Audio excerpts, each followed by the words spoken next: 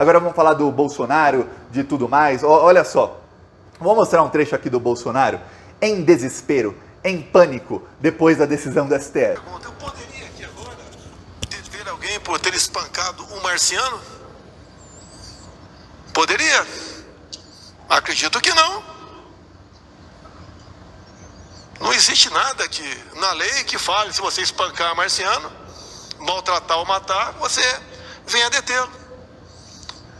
Eu pergunto a vocês, pode alguém ser punido por fake news? Olha, ele está espalhando fake news. E se esse fake news não for fake news, for uma verdade? Pior ainda. Enquanto aqui a gente está num evento voltado para fraternidade, amizade, amor, compaixão,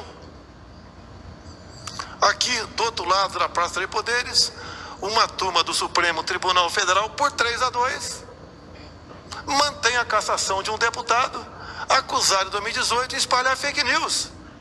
Ele espalhou fake news. Pois bem, o deputado espalhou fake news, e está comprovado que ele espalhou fake news.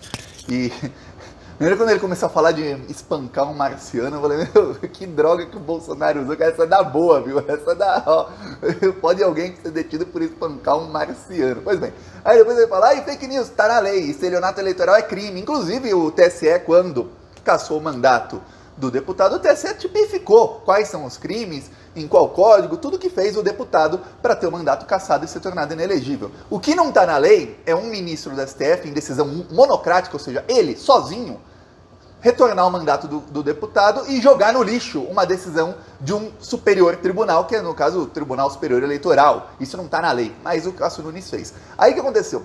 Quando o Cássio Nunes emitiu aquela liminar para o Francisquini, começaram uma série de articulações e uma série de jogadas no STF, do lado do Bolsonaro para tentar manter o mandato do Francisquini e do lado contra o Bolsonaro para tentar manter a justiça, né? Que é um tribunal superior, que é o TSE, ter a sua decisão mantida. Tá, aí o que aconteceu? O que o Cássio Nunes queria? O Cássio Nunes pensou o seguinte, isso vai ser pautado só na segunda turma e vai ser pautado quando eu bem entender.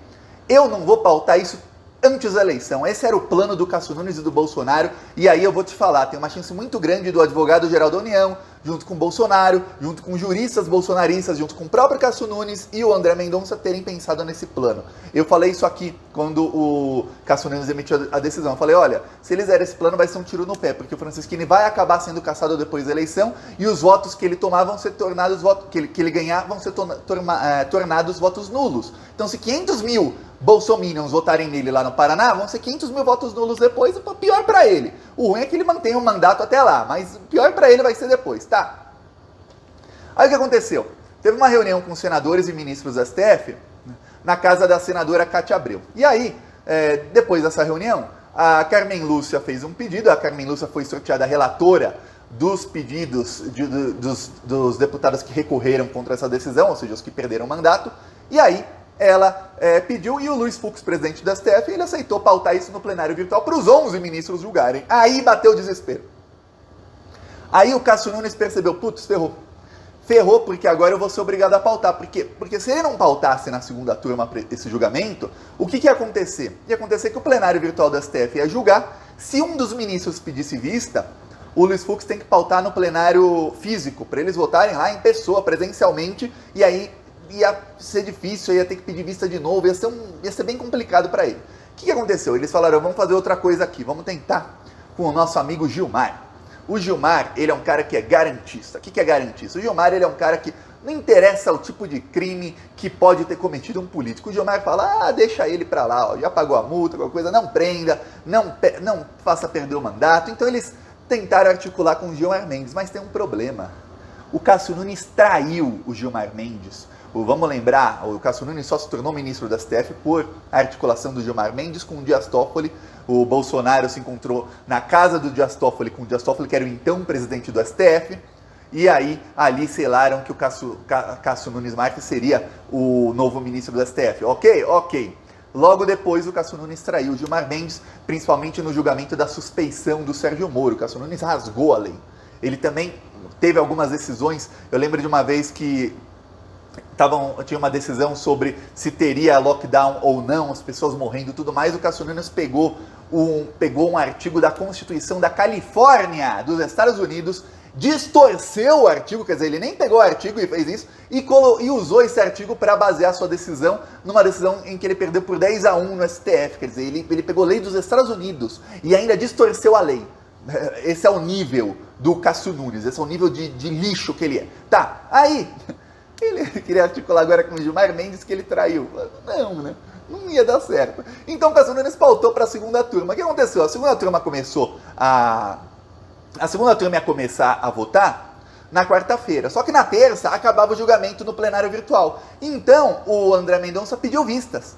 Por quê? Para paralisar aquele julgamento e a segunda turma poderia votar, eles são só 5. Segunda turma decidiu uma coisa, não tem como o plenário rever decisão da segunda turma. A única vez na história do Brasil em que levaram a plenário para rever uma decisão de uma das turmas do STF, tem 2 turmas, a primeira e a segunda, foi na suspeição do Sérgio Moro, o julgamento de que tornou o Sérgio Moro um juiz ladrão. Foi até bom, foi a única vez na história, sempre contra o Lula, né? Aí pode rasgar a lei e tudo mais. Foi até bom que aí foi 7-4 aí, uns 11, não é só uma turma, mas os 11 declararam que Sérgio Moro é um juiz ladrão. Ok, então, eles sabiam que isso não seria revisto depois no plenário. Tentaram articular com o Gilmar Mendes, não deu certo. Cássio Nunes votou, obviamente, pro deputado bolsonarista, o André Mendonça também, aí Lewandowski e Fachin votaram contra ele, e o Gilmar Mendes desempatou e falou, não, vocês não podem rever uma decisão do Tribunal Superior Eleitoral. E o Gilmar Mendes não entrou nem no mérito, se ele disseminou fake news, se não entrou, ele entrou no mérito, ele, o Lewandowski e o Fachin entraram no mérito o seguinte,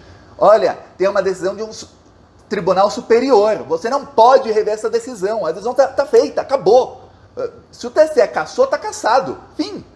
Essa foi a decisão dos 3, ganharam por 3-2, aí o Bolsonaro tá lá desesperado, não pode, olha, não tem nada na lei que proíbe de espancar um marciano, então não tem nada dizendo fake news, não pode. Desespero. Aí o Bolsonaro começou a misturar tudo, ó o Bolsonaro depois, pra você ver o tamanho do desespero dele, ele começou a falar que não cumpre mais decisão do STF, olha só. Eu fui do tempo que decisão do Supremo não se discute, se cumpre. Eu fui desse tempo. Não sou mais. Aí o gado, todos ali que estão roubando dinheiro público com ele, não se cumpre. Aí o Bolsonaro começou a misturar com o marco temporal das terras indígenas. Tem uma decisão que vai ser tomada pela STF nas próximas semanas ou próximos meses, e essa decisão vai dizer quanto de terra indígena existe no Brasil e quanto não tem. Pois bem, o Bolsonaro quer que não tenha nada para terra indígena, para que os amigos dele, os garimpeiros, esses mesmos que sumiram, tem um jornalista inglês, Dom Phillips, e tem um indigenista, que é alguém que é da causa indígena, mas ele não é indígena, mas luta pela causa indígena, chamado Bruno Araújo, eles sofreram ameaças de morte de garimpeiros bolsonaristas que são ligados ao governo Bolsonaro, que estão ganhando milhões e são apoiados pelo governo Bolsonaro. A Força Aérea Brasileira já transportou esses bandidos em aviões da FAB, quer dizer, em aviões das Forças Armadas transportar esses bandidos. Quer dizer, são ligados mesmo ao governo Bolsonaro. Eles ameaçaram esse jornalista, esse indigenista, porque eles estão lá lutando pelos direitos dos indígenas. Aí, eles sumiram, desapareceram.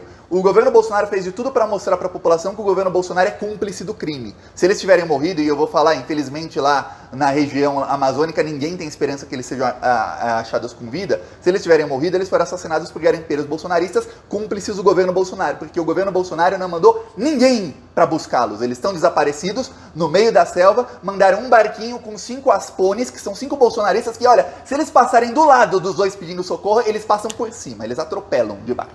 Não sei se existe o termo atropelar de barco, mas é isso que eles fazem. Falou.